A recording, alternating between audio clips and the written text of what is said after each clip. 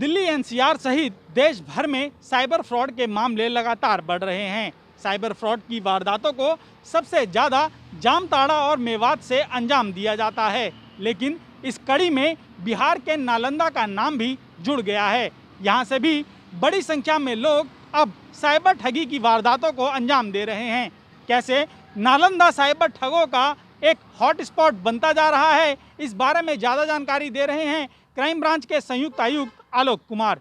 जैसे पहले तो एक जामताड़ा का नाम आता था, लेकिन अब कई सारे जो ऐसे रीजन हैं जो इसमें सामने आए हैं। जैसे साइबर चीटिंग के टाइम में दो रीजन मेनली सामने आए। एक तो नालंदा बिहार जो है, वहाँ के कई गैंग्स, जिसमें एक छोटू चौधरी का गैंग था, जिसमें बाकायदा एक पूरे गांव के अंदर में उसने एक हिसाब से देखे तो ट्रेनिंग एकेडमी सी चला रखी थी और कई बहुत सारे लड़कों को उसने एम्प्लॉय किया हुआ था, जिनको अलग अलग काम दे रखा था। किसी का काम था बैंक अकाउंट मुहैया कराना, किसी का काम था फेक आईडी के ऊपर सिम कार्ड मुहैया करवाना, और बाकी जो लड़के थे उनकी ट्रेनिंग उसने कॉल सेंटर जैसे चलता है उस तरीके से कोई आप कॉल कीजिए, लोगों को फंसाइए।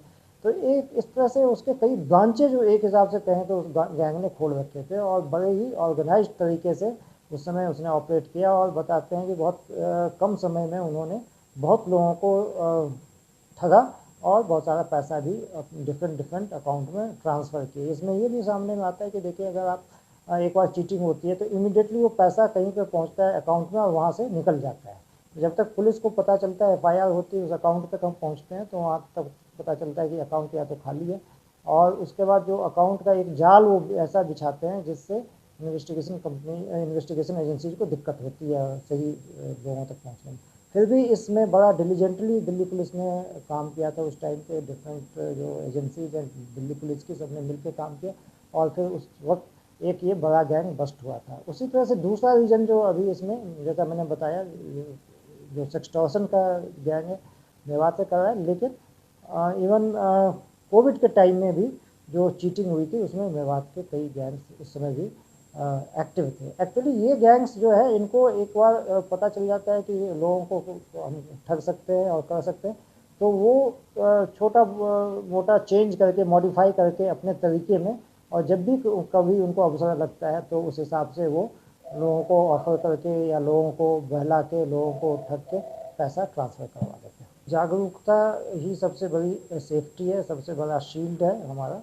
और इसलिए जब भी आप साइबर वर्ल्ड में या इंटरनेट की दुनिया में आप ऑपरेट करते हैं तो उस समय आपकी जागरूकता जो है, क्योंकि आप देख रहे हैं कि साइबर चीटिंग के, साइबर फ्रॉड के इतने नुस्खे गैंग्स ने अपना लिए हैं।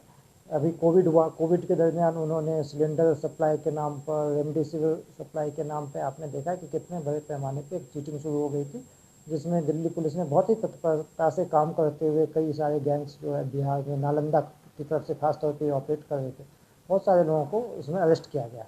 लेकिन अगर हम जागरूक रहेंगे और बिल्कुल, एक होता है ना कि जैसे कोई भी इन्फॉर्मेशन आती है व्हाट्सएप पे या कोई इसी प्लेटफॉर्म पे, सोशल मीडिया प्लेटफॉर्म, तो हम एकदम से उस पर यकीन कर लेते हैं, लेकिन हमें नहीं पता होता कि इसके पीछे एक ठगों का या जालसाजों का बहुत बड़ा रैकेट या गैंग भी हो सकता है, इन नंबरों के पीछे छुपकर काम कर रहा है।